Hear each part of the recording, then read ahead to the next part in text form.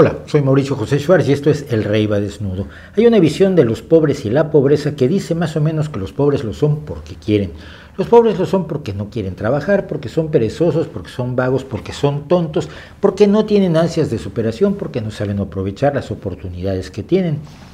Esto tiene una segunda conclusión todavía más preocupante, y es la idea de que cualquiera que no sea pobre, sea desde las clases medias, estas prendidas con alfileres, hasta quienes son brutalmente acaudalados, todos ellos no son pobres gracias a que son o más inteligentes, o más trabajadores, o más decididos, o han sabido aprovechar mejor las mismas oportunidades que tienen los pobres, pero simple y sencillamente los pobres deciden no aprovecharlas y ellos, que son maravillosos, han decidido que sí las aprovechan. Esto equivaldría, por supuesto, a decir que Donald Trump, por ejemplo, es un hombre rico porque es especialmente inteligente. No lo es listo, pero no es inteligente, porque es una persona honesta, porque es una persona trabajadora, porque es una persona visionaria y emprendedora. Y sabemos que no es así. Donald Trump es un hijo de la riqueza y empezó su vida como emprendedor con un préstamo que le hizo su padre. Él dice que de solo $1 millón, que para él será muy poco, pero para cualquiera de nosotros empezar la vida con la ventaja de $1 millón nos hubiera cambiado las cosas bastante. $1 millón probablemente no lo hemos visto ni reuniendo todo lo que nos hemos ganado en la vida. Pero Donald Trump recibió muchísimo más dinero de su padre, como se ha podido determinar, y es rico porque es hijo de ricos, porque se mueve en un ambiente de ricos, porque los ricos entre sí le perdonan las cosas, incluidas las deudas, y porque siendo un pésimo negociante, tan malo que ha logrado hacer quebrar casinos, sin embargo, no ha salido del club de los ricos. Hay otra visión de la pobreza basada más en estudios, en hechos y en datos, que dice que la pobreza es un fenómeno en general de carácter estructural, es decir, la gente nace en la pobreza y no tiene las herramientas necesarias para salir de la pobreza. Quien lo consigue es excepcional, pero esa excepción no puede asumirse como una regla para decir que todos podrían hacer exactamente lo mismo. Un niño que nace en condiciones difíciles, de una madre malnutrida, que el niño nunca tiene suficiente comida, que va a la escuela a veces caminando 2 y 3 horas por parajes terribles y que va sin desayunar o con un desayuno de lo más escaso, y va a una escuela donde no hay los materiales didácticos y pedagógicos necesarios para poderse desarrollar, ya no digamos un ordenador o un proyector o un whiteboard,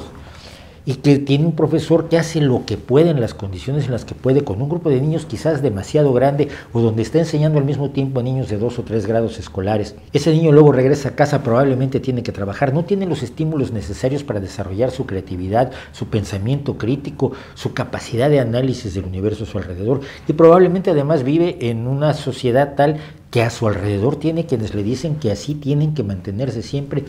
porque su etnia, su cultura, su sociedad, el idioma que hablan o quizás la religión que profesan sus padres hacen que su grupo sea despreciable. Un niño así es muy difícil que salga de la pobreza, y los estudios demuestran que cuando a esos mismos niños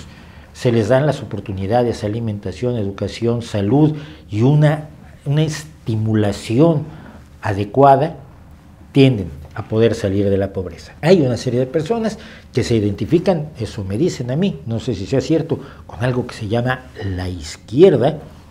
que dicen que tenemos que combatir la pobreza, que la pobreza es una desgracia terrible que nadie quiere sufrir, y que lo que tenemos que hacer es evitar que la gente sea extremadamente pobre. Esta lucha contra la pobreza extrema ha sido una de las bases de ese pensamiento, les digo raro, de la izquierda, no pensando que todo el mundo pueda ser rico, pero sí pensando que todo el mundo puede tener una vida digna, satisfaciendo sus necesidades básicas. Y para ello se requiere tener igualdad de derechos, igualdad de libertades e igualdad de oportunidades. Quiero decir que hay otros señores que me dicen que son de la derecha, yo no sé en esto muy bien cómo sea, pero que consideran que no es bueno luchar contra la pobreza y que esa idea de igualdad que tiene la izquierda pues es totalmente idiota. Y lo que hacen es una caricatura más o menos como las siguientes. Creo que esto se lo he oído a Juan Ramón Rayo o alguna de estas personas peculiares que son al parecer hijos bastardos del pensamiento de Ayn Rand. Y que dice más o menos así: estos locos quieren que todos seamos iguales, que todos usemos la misma talla de zapatos para ser iguales, que nadie pueda sobresalir por su talento, nadie pueda ganar un premio Nobel porque todos tenemos que ser igualmente inteligentes o igualmente tontos, y que si tú tienes una vaca y tu vecino no tiene ninguna vaca, lo que hay que hacer es aserrar la vaca para que tú y tu vecino tengan cada uno media vaca que no le va a dar leche a ninguno de los dos. Ese tipo de caricaturas estúpidas, por supuesto, no facilitan ni favorecen el diálogo entre formas distintas de ver la realidad. Para la derecha o para algunas personas de la derecha, para algunas personas que se adscriben a alguna de las variedades o sabores de la derecha, no se debe combatir la pobreza, que en todo caso se debe paliar un poco con la caridad, porque la pobreza es el orden natural de las cosas. Y que la idea de una igualdad de oportunidades o igualdad de disfrute de derechos y libertades en una sociedad más equitativa, pues es verdaderamente infernal y nefasta. Pero de manera muy preocupante hay personas que se dicen a sí mismas de izquierda y para las cuales la pobreza no es una desgracia a evitar, sino es una virtud a exaltar y consolidar. Esta idea de la pobreza como una gran virtud, por supuesto, procede del cristianismo, de aquellas ideas de que hay que ser pobre, de que los pobres de espíritu serán bienaventurados y llegarán al reino de los cielos, que lo que debes hacer es vender todo lo que tienes para dárselo a los pobres, como si eso resolviera algo. Primero que nada, si tú eres rico y vendes todo lo que tienes, no te preocupes, no serás pobre mucho tiempo porque tus contactos y tu entorno harán que no te mueras de hambre, que se vería muy mal que alguien de esa familia sufriera tanto. Y los pobres a los que les regales el producto de la venta de tus bienes van a seguir siendo pobres porque esa tampoco es la solución. Y el cristianismo también nos dice, antes pasará un camello por el ojo de una aguja que un rico entre en el reino de los cielos, pero sabemos que la iglesia se las ha arreglado para hacer ojos de aguja por los que pasen camellos, elefantes y aviones C-17.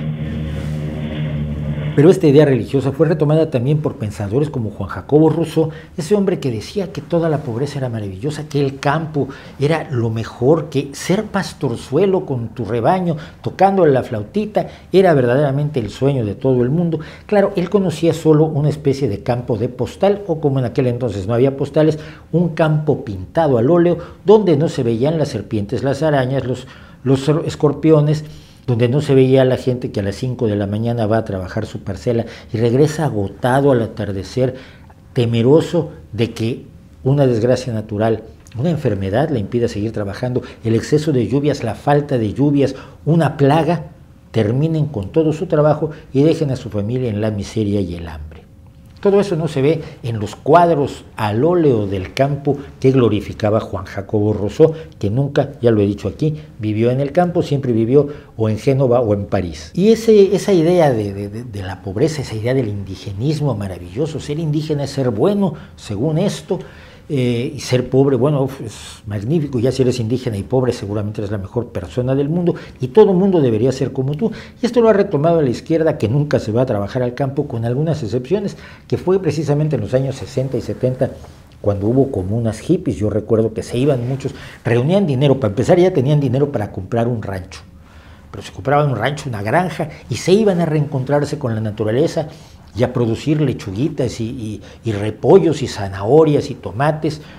y a ser felices en contacto con la naturaleza. Y todos aquellos jóvenes que se fueron a las comunas descubrieron pronto que el trabajo en el campo es extremadamente difícil y que la naturaleza no es como aparece en las postales, sino como dice Neil deGrasse Tyson, te quiere matar y tiene herramientas múltiples para hacerlo. La mayoría de las comunas fueron destruidas por la ambición, fueron destruidas por problemas personales o se convirtieron en florecientes negocios que rápidamente asumieron el progreso como la única forma de supervivencia, es decir, semilla mejorada, tractores, fertilizantes, plaguicidas y todos los elementos necesarios para tener una elevada productividad por hectárea que te permite no estar en la pobreza, sino ser un agricultor de éxito. Es lo que va del campesino de subsistencia latinoamericano o asiático al agricultor acaudalado de la Holanda del siglo XXI, de los Estados Unidos o incluso de la España del siglo XXI. Lo que nos dicen algunos, y algunos que, insisto, se dicen de izquierda, es que no, lo que hay que hacer es fortalecer, consolidar, perpetuar todos los elementos estructurales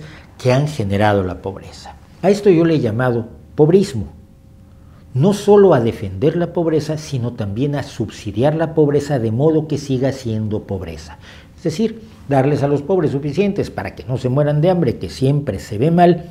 pero no lo suficiente como para que aprendan a ganarse la vida por sí mismos y salgan de la pobreza para poder ser parte de la sociedad. Increíblemente, por ejemplo, esta es la política que está promoviendo Andrés Manuel López Obrador, presidente de México, o según algunos, emperador de México, Su Alteza Serenísima Andrés Manuel I, quien nos dice que si tienes un par de zapatos no debes querer otros, y por qué quieres comer otras cosas que las que han comido siempre los pobres. Ya tenemos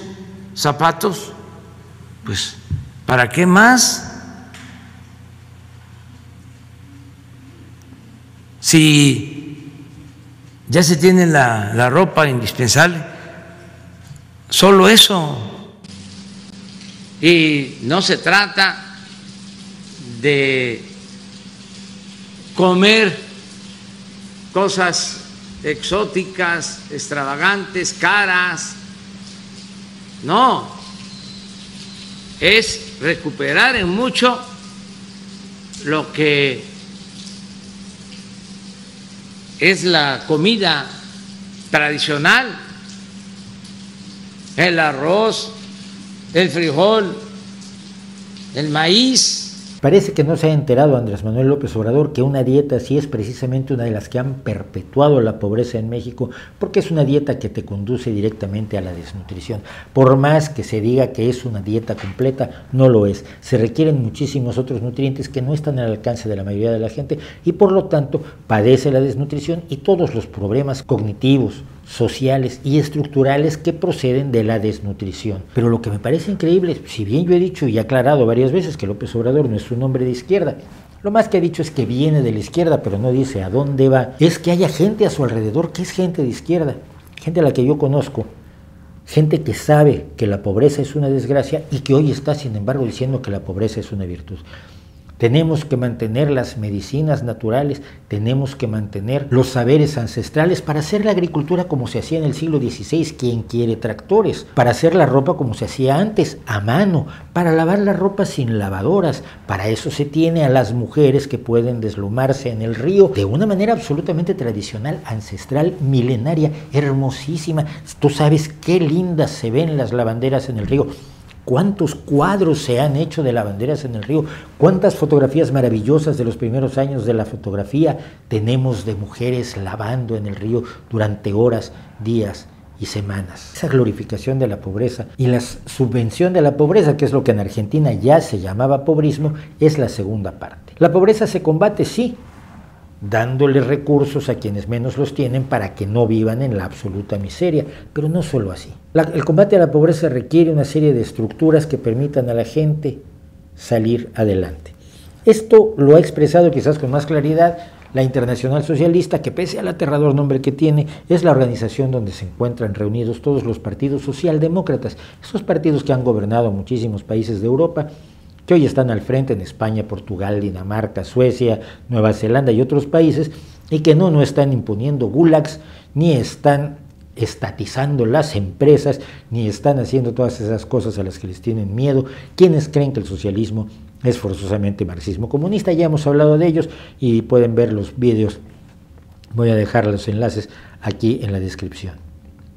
Pero ese grupo de partidos socialdemócratas, de ese grupo de partidos que creen en la democracia, que creen en el mercado regulado para que tenga una función social adecuada, para que no cometa atropellos, junto con una economía mixta sana, esas personas, esos miles y miles de hombres y mujeres tienen una declaración de principios cuyo punto 58 parece que han olvidado quienes hoy se adscriben a un pobrismo cristiano.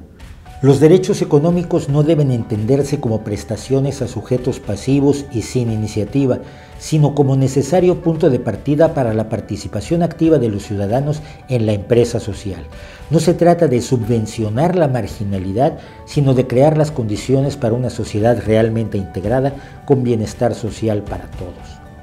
Hans Rosling, el médico y estadístico sueco que nos permitió ver la pobreza de otra manera, pobreza que conoció como médico en África y que después estudió echando mano de los datos, de los grandes datos que nos permiten estudiar la realidad de una manera distinta, hablaba mucho de cómo una bicicleta, por ejemplo, puede cambiar la vida de una familia, no solo para poder transportarse al lugar de trabajo de manera más eficaz, sino para llevar sus productos quizás a un mercado donde esté mejor recibidos y no depender de aquel que viene a comprar e impone el precio, de poder ir a comprar otro tipo de productos distintos de los que tiene al alcance a su alrededor en su pueblo, por ejemplo. Puedes poner 3 o 4 personas sobre la bicicleta e ir a divertirte, a conocer lugares distintos, tu vida se amplía, todo cambia y empieza la gente a salir de la pobreza extrema. La bicicleta o la lavadora que liberó a tantas mujeres, como la propia abuela de Hans Rosling, y él lo relata en su charla de la lavadora mágica que les recomiendo en YouTube, cambian la vida realmente de comunidades enteras. Un taller de costura con máquinas de coser, no a mano, un taller de costura con asesoría financiera, con créditos, con asesoría de mercado, con asesoría de publicidad para poder crear productos con la inteligencia y la visión de la gente de la localidad, pero que tengan un mercado en otro lado, pueden ser el detonante de cambio de una sociedad donde la comunidad adquiere recursos que antes no estaban a su alcance, donde la dignidad y la posición de las mujeres cambia radicalmente, donde los niños ven que hay un mundo allá afuera al que ellos pueden acceder. Las subvenciones son una forma de luchar contra la pobreza, pero no pueden ser la única. Y lo que se está haciendo en algunos lugares, el pobrismo absoluto, es exaltar la pobreza para luego perpetuarla. Yo dejo allí el neologismo pobrismo, la visión de que la pobreza es una virtud maravillosa que debe conservarse y por lo tanto no se debe combatir, sino simple y sencillamente se debe alimentar para que no se vea demasiado fea cuando la gente bonita vaya a hacer turismo de la pobreza y se tome la fotografía con los más desprotegidos. Y solo pido un favor, no llamen de izquierda a las personas que están promoviendo el pobrismo. No es de izquierda quien dice ser de izquierda. No es de izquierda quien se anuncia como de izquierda, no es de izquierda aquel que dice que tiene el sello de garantía, la norma oficial, el estándar internacional, el jarrón genuino y antiguo de la verdadera izquierda. No es de izquierda aquel que se vende como tal, sino es de izquierda quien actúa como gente de izquierda, quien defiende los derechos de la gente, quien defiende las libertades de la gente, quien defiende una mayor justicia social, quien defiende una mayor igualdad de oportunidades, no de vacas aserradas, quien defiende la solidaridad y quien defiende aquellos ideales que son esenciales para la izquierda, una vida mejor para todos. No llamen, pues, de izquierda a quienes hacen pobrismo, porque no lo son. Con sus actitudes están demostrando lo que son, y son parte del enemigo. ¿No cree usted?